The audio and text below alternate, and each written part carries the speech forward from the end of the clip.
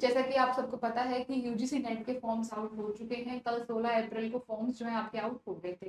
तो आज इस वीडियो में हम डिस्कस करेंगे कैसे आपको फॉर्म भरना है। स्टेप बाय स्टेप मैं आपको फॉर्म भर के दिखाऊंगी, छोटी से छोटी डिटेल्स भी बताऊंगी, जिससे आपको पता चलेगा कि कौन से कॉलम में क्या डिटेल भरनी है। आपको गलतियों से बचना है ताकि फॉर्म में कोई गलती ना हो। जेआरएफ या नेट क्लियर करने के लिए फर्स्ट स्टेप है फॉर्म को अच्छे से भरना, तभी आप एग्जाम में अपीयर हो पाएंगे, क्योंकि फॉर्म भरना भी अपने आप में एक टास्क है। तो चलिए शुरू करते हैं। सबसे पहले वेबसाइट का पता होना चाहिए कहाँ से आपको फॉर्म भरना है। तो सबसे पहले गूगल में आप लिख देंगे एनटीए नेट फॉर्म। जैसे ही लिखेंगे पहली वेबसाइट जो आपके सामने आएगी ugcnet.nta.ac.in, वो आपको ओपन करनी है। ठीक है, ओपन करने के बाद में आप देख सकते हैं यहाँ पर एक नोटिस चमक रहा है। इस नोटिस को देख लेते हैं क्या है। नोटिस में क्लियरली मेंशन है कि 16 अप्रैल से आपके फॉर्म स्टार्ट हो चुके हैं। लास्ट डेट है 7 मई। इसका वेट आपको नहीं करना है, फटाफट से फॉर्म फिल कर दीजिए, एग्जाम तो देना ही आपको। तो लास्ट डेट पे फॉर्म ना भरे तो अच्छा है, क्योंकि सर्वर डाउन रहता है, फिर आप बोलते हैं लास्ट डेट एक्सटेंड हो जाए तो अच्छा है। ठीक है, 7 मई तक फॉर्म भर सकते हैं। 8 मई तक आप फी पे कर सकते हैं, लेकिन फॉर्म आपको 7 मई तक ही पूरा कंप्लीट करना है। फीस पे करना लास्ट स्टेप होता है, वो आप तभी कर पाएंगे जब 7 मई तक आपने फॉर्म भर दिया। उसके बाद में 9 मई टू 10 में 2 दिन आपको करेक्शन विंडो आपकी खुलेगी, कुछ मिस्टेक्स अगर आपसे हो गई उनको करेक्ट करने की। लेकिन माइंड यू, हर चीज आप करेक्ट नहीं कर पाएंगे, कुछ ही चीजें हैं जो आप करेक्ट कर सकते हैं। तो फॉर्म पहले ही ध्यान से भरें। उसके बाद में टेंटेटिव एग्जामिनेशन डेट है हमारे पास में 21 से 30 जून, हमें अभी यही मानना है। और फिर फीस बताई गई है। जनरल के लिए है 1150, ईडब्ल्यूएस और ओबीसी के लिए है 600, एससी एसटी पीडब्ल्यू के लिए, फिर थर्ड जेंडर के लिए है 325। तो अपनी कैटेगरी के अनुसार वो आप देख सकते हैं। फिर इन्होंने बताया है कि इस वेबसाइट पे जाकर के आप ये फॉर्म फिल कर सकते हैं। चलिए हमारी वेबसाइट पे सबसे पहले लेटेस्ट न्यूज में एक लिंक दिख रहा है आपको, क्लिक हेयर टू रजिस्टर और लॉग इन। जैसे ही क्लिक करोगे आपके सामने विंडो खुल जाएगी, आपको दिख रहा होगा एप्लीकेशन नंबर पासवर्ड। लेकिन अभी तो हमने फॉर्म भरा ही नहीं, तो हमारे पास में एप्लीकेशन नंबर कहाँ से आएगा। ये उनके लिए है जो फॉर्म का कुछ स्टेप भर चुके हैं, बाकी बचा हुआ है। जिनको एप्लीकेशन नंबर मिल चुका है तो आप डाल के यहाँ पे एप्लीकेशन नंबर फॉर्म आगे भर सकते हैं। लेकिन हम तो फ्रेश अभी भरेंगे, तो हम जाएंगे लेफ्ट साइड, स्क्रॉल करेंगे जहां आएगा न्यू कैंडिडेट रजिस्टर हियर। जैसे ही आप इस पे क्लिक करोगे आपके सामने एक और विंडो खुल जाएगा जिसमें फीस की जानकारी है, जो ऑलरेडी मैं आपको बता चुकी हूँ। उसके बाद में कुछ इंस्ट्रक्शंस हैं फोटोग्राफ के बारे में। फोटोग्राफ आपकी ब्लैक एंड व्हाइट या फिर कलर्ड भी हो सकती है, लेकिन व्हाइट बैकग्राउंड के साथ में हो, फेस अच्छे से क्लियरली विजिबल हो, 80% ऑफ द फेस विजिबल हो, ईयर्स आपके दिख रहे हैं, वैसा नहीं कैप लगा ली, मास्क लगा लिया, चश्मा लगा लिया बड़ा सा, या पूरे बाल से ढक लिया। ठीक है, ऐसी आपकी फोटो होनी चाहिए। फोटो का फॉर्मेट जेपीजी ही होना चाहिए, पीडीएफ फॉर्मेट या कोई दूसरा फॉर्मेट नहीं चलेगा। फोटो बहुत पुरानी अपलोड ना करें। अगर फोटो की साइज भी उन्होंने बताई है 10 केबी से 200 केबी के बीच में ही आपकी फोटो होनी चाहिए। और सिग्नेचर की साइज है 4 केबी से 3 केबी। अब साइज में भी इशू आता है, अगर साइज बहुत ज्यादा है बहुत कम है तो गूगल पर इजीली आप रिड्यूस इमेज साइज लिखेंगे तो बहुत सारे वेबसाइट खुल जाएंगी, वहां से आप इजीली से चेंज कर सकते हैं।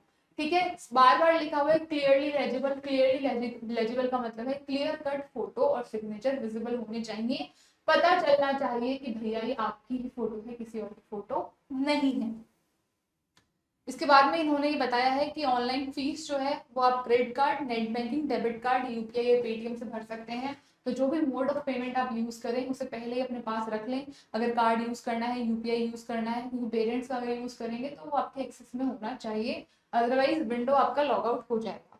फिर पासवर्ड के लिए कुछ इंस्ट्रक्शंस बताए हैं कि पासवर्ड मिनिमम 8 और मैक्सिमम 13 कैरेक्टर का होना चाहिए, जिसमें एक अपर केस यानी कैपिटल, एक लोअर केस यानी कि एक स्मॉल, और एक न्यूमेरिक यानी कि 1 2 3 4 कुछ भी, और एक स्पेशल कैरेक्टर होना चाहिए। सपोज कीजिए मैं पासवर्ड लगाती हूँ सिमरन@1 2 3 4, इसमें एस कैपिटल होगा, बाकी स्मॉल रख सकते हैं, @1 2 3 4, सारी चीजें आ गई। इस तरीके से आपको अपना पासवर्ड सेट करना है। ठीक है, इस चेक बॉक्स पे टिक करना है कि आई हैव डाउनलोडेड और मैं सारी चीजें इंस्ट्रक्शन पढ़ चुका हूँ। उसके बाद ही आप क्लिक हेयर टू प्रोसीड करेंगे, इसके बिना जो है ये आगे नहीं जाएगा। तो पहले चेक बॉक्स पे क्लिक कीजिए, उसके बाद में चलिए क्लिक हेयर टू प्रोसीड। अब नेक्स्ट विंडो खुली है जिसमें बहुत सारे आईडीज के ऑप्शन हैं जो आप यूज करके ये फॉर्म फिल कर सकते हैं। सबसे पहले आधार कार्ड, डिजिलॉकर, ABC आईडी है, पैन कार्ड है, इंडियन पासपोर्ट है या कोई और एकेडमिक आईडी। सबसे कॉमन आईडी होती है आधार कार्ड, वही यूज करते हैं। तो अभी मैं आपको आधार कार्ड यूज करके ही फॉर्म फिल करके दिखाऊंगी, ठीक है। आधार कार्ड अपना ही देना है, किसी और का नहीं देना आपको। तो मैं फर्स्ट ऑप्शन पे टिक करती हूँ और यहाँ पे मेरे पास में ऑप्शन आ जाएगा आधार कार्ड फिल करने का, ठीक है।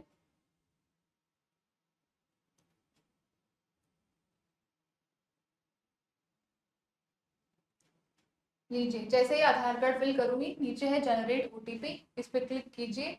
तो ओटीपी जो है, जो आपका रजिस्टर्ड मोबाइल नंबर है उस पर आ जाएगा, जैसे मेरे पास आ गया है।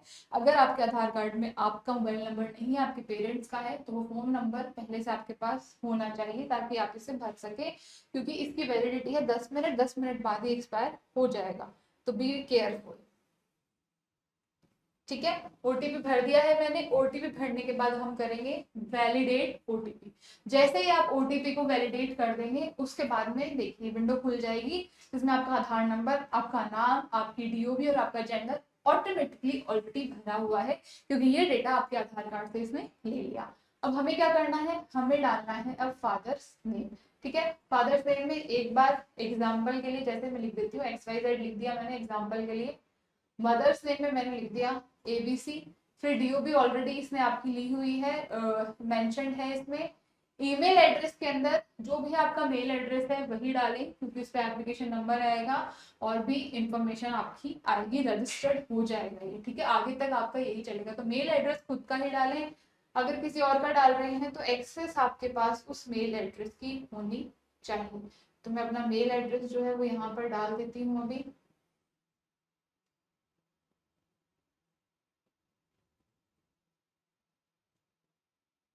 हाँ जी।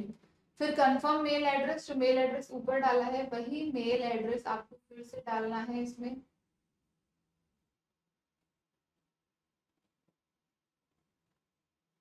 मेल एड्रेस फिल कर दिया आपने, एकदम सेम करना है। जेंडर यहाँ ऑलरेडी फिल्ड है। फिर आती है फोन नंबर की बारी। फोन नंबर भी आपको खुद का डालना है, आपके सबके पास में फोन है, कहीं नहीं जा रहा आपका डेटा, क्योंकि ओटीपी की सारी इंफॉर्मेशन इस पे आएगी। तो अपना फोन नंबर यहाँ पर आपको मेंशन करना है, ठीक है। हाँ जी। फिर से कंफर्म करना है, वही फोन नंबर जो ऊपर डाला है वही फोन नंबर आपको फिर से नीचे डालना है। डाल दिया। उसके बाद में ऑल्टरनेट मोबाइल नंबर अगर आप देना चाहते हैं, आपके पास 2 नंबर हैं तो दे सकते हैं, नहीं है तो ब्लैंक भी छोड़ सकते हैं। नेशनैलिटी डालनी है, इंडियन ही डालनी है। आइडेंटिटी टाइप, आपने जो भी आईडी यूज करी है इसमें, आधार कार्ड, पासपोर्ट, जो भी, जैसे मैंने आधार कार्ड यूज किया है तो मैं यहाँ पे जो है अच्छा, इसमें से एक आईडी आपको सेलेक्ट करनी है, यानी आधार कार्ड के अलावा कोई दूसरी आईडी जो है वो आपको सेलेक्ट करनी है। तो कुछ भी, any other valid government identity with photograph except Aadhaar number, क्योंकि आधार नंबर एक बार हम यूज कर चुके हैं। जो भी आईडी आप यूज करें उस पर आपका फोटो होना चाहिए। तो bank passbook, driving licence, PAN card, passport, तो मैं इसमें जैसे पैन कार्ड सेलेक्ट कर लेती हूँ। जो भी आप सेलेक्ट करेंगे, ठीक है, जैसे मैंने यहाँ पे पैन कार्ड सेलेक्ट किया है तो उसका नंबर भी आपको यहाँ पर देना है, उसकी डिटेल्स भी आपको यहाँ पर मेंशन करनी पड़ेंगी। तो मैंने यहाँ पे दिया है अपना पैन कार्ड नंबर, तो अब पैन कार्ड नंबर जो है मुझे यहाँ पर अपना मेंशन करना होगा। ओके, तो यहाँ पर जो है हम सेलेक्ट करेंगे वोटर आईडी, ठीक है। Any other government identity with photograph except Aadhaar number, ठीक है। तो ये कर लेते हैं। और आइडेंटिफिकेशन नंबर जो है वो आपको डालना है, तो जो भी आपकी आईडी का नंबर है वो आपको यहाँ मेंशन करना है। आधार कार्ड के अलावा होनी चाहिए आईडी, क्योंकि आधार कार्ड ऑलरेडी एक बार हम यूज कर चुके हैं,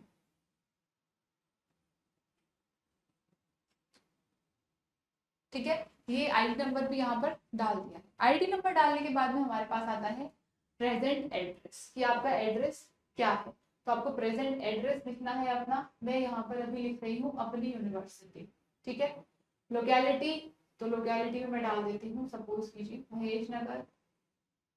इसके बाद में सब लोकेलिटी डालना चाहे तो डाल सकते हैं। कंट्री इंडिया, यूटी स्टेट या यूटी, आप जिस भी स्टेट से बिलोंग करते हैं, जहां पर अभी प्रेजेंट है वो नहीं डालना है, जहां से आप बिलोंग करते हैं वो डालना है आपको। प्रेजेंट एड्रेस और परमानेंट एड्रेस अगर आप सेम रखेंगे ज्यादा बेटर रहेगा। अगर आप जॉब में हैं, ठीक है, लंबे टाइम से वहीं रह रहे हैं, तो आप प्रेजेंट एड्रेस डाल सकते हैं। डिस्ट्रिक्ट, डिस्ट्रिक्ट हम डाल देते हैं इसमें जयपुर, पिन कोड हम डाल देते हैं 302018। ओके, ठीक है। अब आता है परमानेंट एड्रेस। अगर आपका परमानेंट एड्रेस और प्रेजेंट एड्रेस सेम है तो आप इस चेक बॉक्स को टिक कर दीजिए, यानी कि अगर आप अपने घर पे ही रह रहे हैं वही आपका परमानेंट एड्रेस है तो वहां से आप सेम कर सकते हैं, जैसे मैंने कर दिया। अगर अलग अलग है तो आप अलग अलग मेंशन कीजिए। फिर बारी आती है पासवर्ड की। पासवर्ड जैसा मैंने बताया था, मिनिमम 8 मैक्सिमम 13, एक कैपिटल एक स्मॉल, एक 1 2 3 4, एक नंबर और एक स्पेशल कैरेक्टर, ये मिनिमम है। इसके अलावा आप डाल के जो भी डालना है। तो मैं पासवर्ड लगा देती हूँ यहाँ पर, ठीक है। अब कंफर्म, यानी कि जो पासवर्ड आपने ऊपर डाला था वही password same as it is आपको नीचे इसमें मेंशन कर देना है। कर दिया सेव, ठीक है। अब इसने पूछा एक सिक्योरिटी क्वेश्चन, इन केस आप पासवर्ड भूल जाते हैं तो आप, ठीक है। और अब आपका जो नंबर है या जो मेल है जो आपने दिया है उस पे आपका ओटीपी आ जाएगा।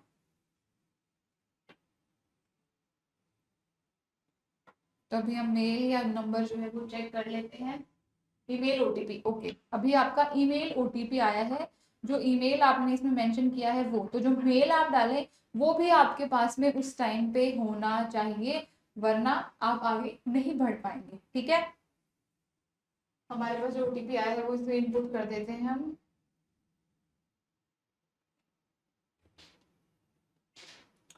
ठीक है, इसके बाद में सिक्योरिटी पिन यहाँ जो लिखा हुआ है वो डाल दीजिए, 07936 क्लियर है, ओके। 369 हो गया, 368। अब कीजिए इसको वेरीफाई, अभी ले जाएगा, ओके। अब आपका एप्लीकेशन नंबर जो है आपके मेल पर आ चुका है। अब आपको मेल पर जाना है, उस एप्लीकेशन नंबर से अगेन आपको लॉगिन करना है। अब ये विंडो आपके काम में आएगी। अब आपको डालना है यहाँ पर आपका application number.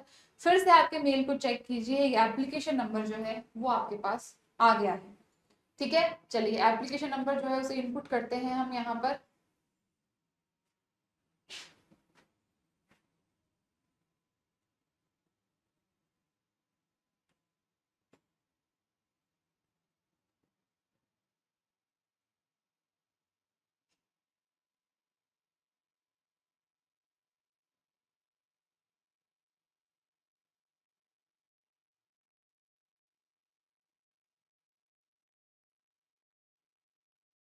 Okay, application number put कर दिया। अब आपको क्या करना है, अब आपको एंटर करना है पासवर्ड, कौन सा, जो उस टाइम हमने पासवर्ड सेट किया था वही पासवर्ड अब आपको इसमें इनपुट करना है। तो चलिए पासवर्ड डालते हैं हम। जो भी पासवर्ड आपने यूज करा था उस टाइम उसे लिख लीजिए, याद नहीं रहेगा अदरवाइज आपको रीसेट करना पड़ेगा,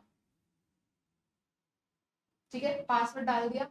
सिक्योरिटी पिन जो नीचे दिया हुआ है, ये सिक्योरिटी पिन आपको एंटर करना है। सिक्योरिटी पिन डाल दिया, अब कीजिए इसे लॉगिन।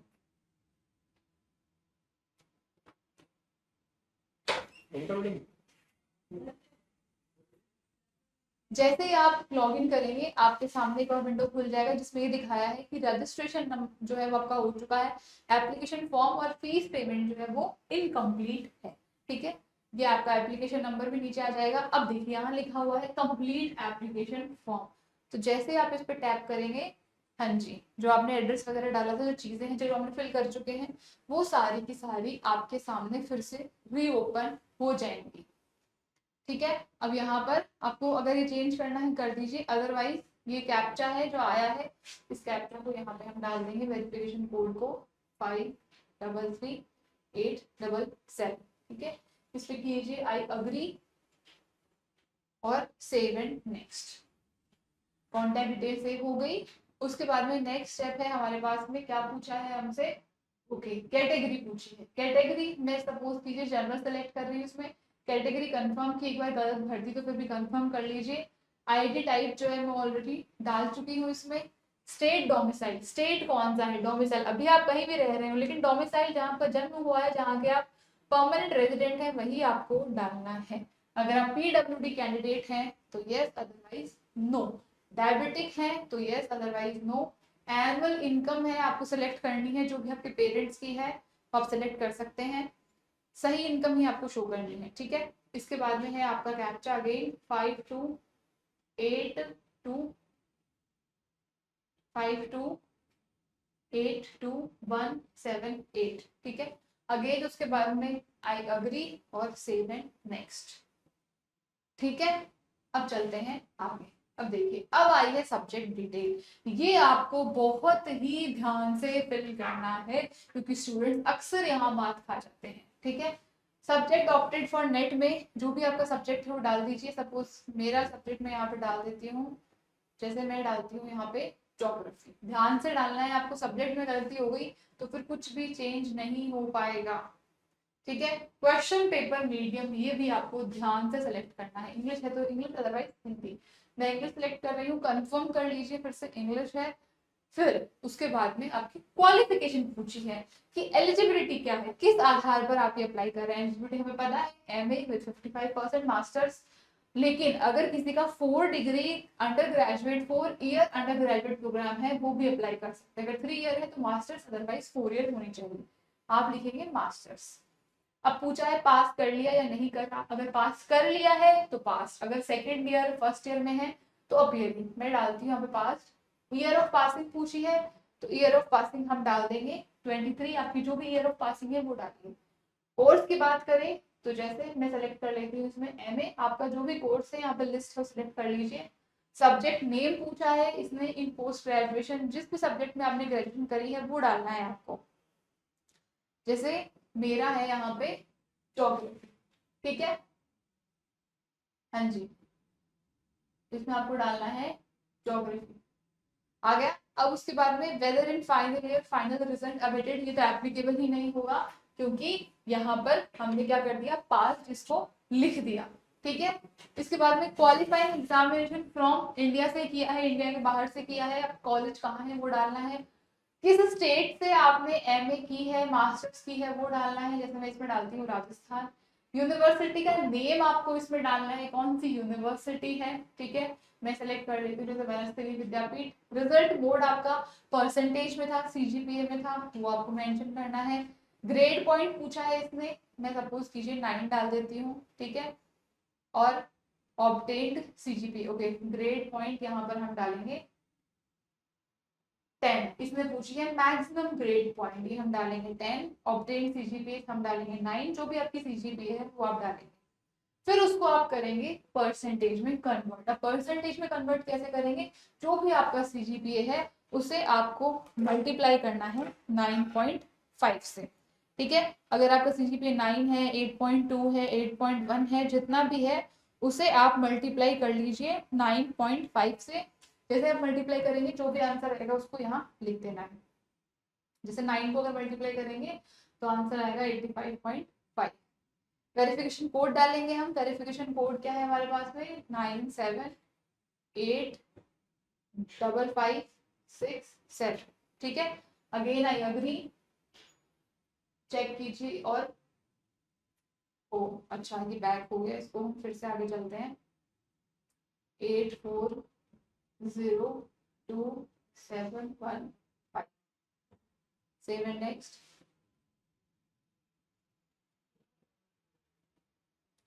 ठीक है, ये मुझसे बैक हो गया था, इसको फटाफट से हम वापस से रीफिल कर लेते हैं। सब्जेक्ट जो आप यहाँ पे ऑप्ट करना चाहते हैं, जैसे मैं ज्योग्राफी फिल कर देती हूँ, कंफर्म, वही सेम सब्जेक्ट आपका। उसके बाद में क्वेश्चन पेपर का मीडियम क्या है, इंग्लिश, कंफर्म कीजिए अगेन इंग्लिश। उसके बाद में आपकी क्वालिफिकेशन पूछी है मास्टर्स, पास अगर कर चुके हैं तो पास्ट ईयर, मैं इसमें सपोज कीजिए 23 डाल रही हूँ। देन कोर्स स्ट्रीम क्या है, मैं इसमें डाल देती हूँ एमए। सब्जेक्ट नेम पूछा है अगेन इसमें, तो जो भी आपका सब्जेक्ट है जिसमें आपने मास्टर्स किया है, पीजी किया है, वो डाल दीजिए। क्वालिफाइंग एग्जामिनेशन स्टेट, इंडिया या आउटसाइड इंडिया, इंडिया से है तो इंडिया। देन स्टेट भरना है जहां से आपने कॉलेज किया है, जहां से आपने मास्टर्स किया है। ठीक है, डाल दिया। देन उसके बाद में आपकी यूनिवर्सिटी का जो भी नाम है आप सिलेक्ट कीजिए। रिजल्ट मोड आपका परसेंटेज था या सीजीपीए था, मैं इसमें सीजीपीए डाल देती हूँ। मैक्सिमम ग्रेड आपका अगर सीजीपीए है तो 10 रहेगा। ऑब्टेन सीजीपीए सपोज कीजिए 9 डालते हैं तो परसेंटेज में आएगा आपका 85.5। अब आता है captcha 9342508, 9342508। Again I agree and save and next. ठीक है, क्वालिफिकेशन डिटेल्स भी आपकी सेव हो चुकी है। अब पूछा है इसने पीएचडी के बारे में, तो अगर आप पीएचडी कर रहे हैं तो यस, अदरवाइज नो। सपोज मैं नो कर देती हूँ। फिर पूछा है मास्टर्स लेवल का एग्जामिनेशन जो है 1991 तक आपका कंप्लीट हो गया था या नहीं हुआ था। तो अगर हो गया था उससे पहले तो आप यस करेंगे, और नहीं तो आप नो करेंगे। अगर आप एक्स सर्विसमैन हैं तो आप ये डालेंगे रिसर्च एक्सपीरियंस अगर आपके पास कुछ है तो वो भी आपको इसमें मेंशन करना है। मैं यहाँ पे नो कर रही हूँ, एक्स सर्विसमैन है तो यस, अदरवाइज नो। अब आ जाता है आपका गेम कैप्चा 117573 ठीक है। चलिए again agree and save and next. ठीक है, अब ये अगेन मोस्ट इंपॉर्टेंट चीज है, यहाँ पर भी आपको गलती नहीं करनी वरना आपका सेंटर कहाँ आएगा आपको भी नहीं पता। अब आपको अप्लाई फॉर किस लिए करना है, देखिए जो 30 से कम है, ठीक है, जिनकी एज 30 से कम है, क्योंकि जेआरएफ की एज लिमिट है 30, वो सिलेक्ट करेंगे इस ऑप्शन को, जेआरएफ को। जैसे ही आप सिलेक्ट करोगे बाकी अपने आप सिलेक्ट हो जाएंगे। एंड अगर आप 30 प्लस है, ओनली नेट करना चाहते हैं, तो फिर आप क्या करेंगे, ओनली इसको सिलेक्ट करेंगे, इसको आप नहीं करेंगे। ठीक है, हाँ जी। तो जेआरएफ आपने सिलेक्ट कर दिया, बाकी के दो जो हैं वो तो ऑटोमेटिकली सेलेक्ट हो जाएंगे। तो जेआरएफ के लिए आप करेंगे, अगर ऑप्शन ऑप्ट करेंगे तो नेट और पीएचडी तो अपने आप उस कैटेगरी में अपने आप ही इंक्लूड हो गया। फर्स्ट चॉइस जैसे मैं राजस्थान डालती हूँ, ठीक है। अब इस बार क्या है, स्टेट की चॉइस भी पूछी है और एग्जाम सिटी भी पूछा है। सिटी में हम डाल देते हैं अजमेर, सेकेंड चॉइस स्टेट की सेम रहेगी, उसमें हम डाल देते हैं सिटी में उदयपुर, फिर से स्टेट थर्ड चॉइस हम डाल देते हैं कोटा, उसके बाद फिर से स्टेट तो सेम ही रहेगा और इसमें डाल देते हैं हम सीकर। ठीक है, तो आपका जो भी स्टेट है, जो भी सिटी आप चाहते हैं उसमें क्रोनोलॉजी में आप लिख सकते हैं। फिर इसमें पूछी है फादर की एजुकेशन, मैं इसमें डाल देती हूँ ग्रेजुएट, मदर के एजुकेशन में भी ग्रेजुएट। तो जो भी आपकी क्वालिफिकेशन है पेरेंट्स की वो आप इसे मेंशन कर सकते हैं। अगर यहाँ मेंशन नहीं है तो आप अदर्स पे भी टिक कर सकते हैं। ऑक्यूपेशन पूछा है, मैं इसमें डाल देती हूँ, जैसे ये मान लीजिए पब्लिक सेक्टर सर्विस, इसमें डाल देती हूँ मैं प्राइवेट सर्विस। ठीक है, जो भी आपकी लिस्ट में आप देख लीजिए, जो भी सर्विस में है वो आप मेंशन कर दीजिए, नहीं है तो वैसे सेलेक्ट कर लीजिए। फिर हमसे पूछा है कैप्चा, कैप्चा डालेंगे 335307। Again I agree and save and next. Save हो गई, ओके। अब आता है हमारे पास में नेक्स्ट स्टेप कि आपको फोटो और सिग्नेचर जो है वो इसमें अपलोड करना है। ठीक है, तो फोटो और सिग्नेचर आप इसके अंदर अपलोड करेंगे। अभी देख लेते हैं हमारे पास क्या कोई ऐसी फाइल है जिसकी साइज इसमें जाती है। अब देखिए मैंने रैंडम फाइल अपलोड करने की कोशिश करी लेकिन इसने उसे डिटेक्ट नहीं किया। ठीक है, तो आपको क्या करना है, फोटो और सिग्नेचर अपलोड कर देने हैं। जैसे ही आप फोटो सिग्नेचर अपलोड कर देंगे सेव हो जाएंगे, फाइनल सबमिट होगा। उसके बाद में आपसे मोबाइल का वेरिफिकेशन मांगेगा, ईमेल वेरिफिकेशन ऑलरेडी मांग चुका है, और देन लास्ट में आप पहुंच जाएंगे पेमेंट पे। ठीक है, तो ऐसे स्टेप बाय स्टेप जो है आपको फॉर्म भरना है। ध्यान क्या रखना है, अपनी कैटेगरी जो है उसका ध्यान रखना है। ठीक है, वो गलत नहीं भरनी है, आपकी जो क्वालिफिकेशन है वो गलत नहीं भरनी है, उसके बेस पर डिसक्वालीफाई भी हो सकते हैं। नाम, आपका जेंडर, आपकी डेट ऑफ बर्थ ध्यान से आपको भरनी है। आईडी नंबर, जो आप आईडी यूज कर रहे हैं वो आईडी नंबर बहुत ही केयरफुली भरना है, अदरवाइज हो सकता है कि आपको एग्जाम में अपीयर होने से भी रोक दिया जाए। ठीक है, तो सारी चीजें मैंने एकदम अच्छे से डिस्कस करी है। इसके अलावा मैं फॉर्म को लेके अगर आपका कोई डाउट है तो आप कमेंट सेक्शन में पोस्ट कर सकते हैं। और 7 मई आपकी लास्ट डेट है फॉर्म भरने की, उससे पहले फटाफट से जाकर के ये फॉर्म भर दीजिए। Thank you so much. अगर सेशन आपके लिए हेल्पफुल रहा तो सेशन को लाइक कर दीजिए। चैनल पर अगर नए हैं तो चैनल को सब्सक्राइब कर दीजिए।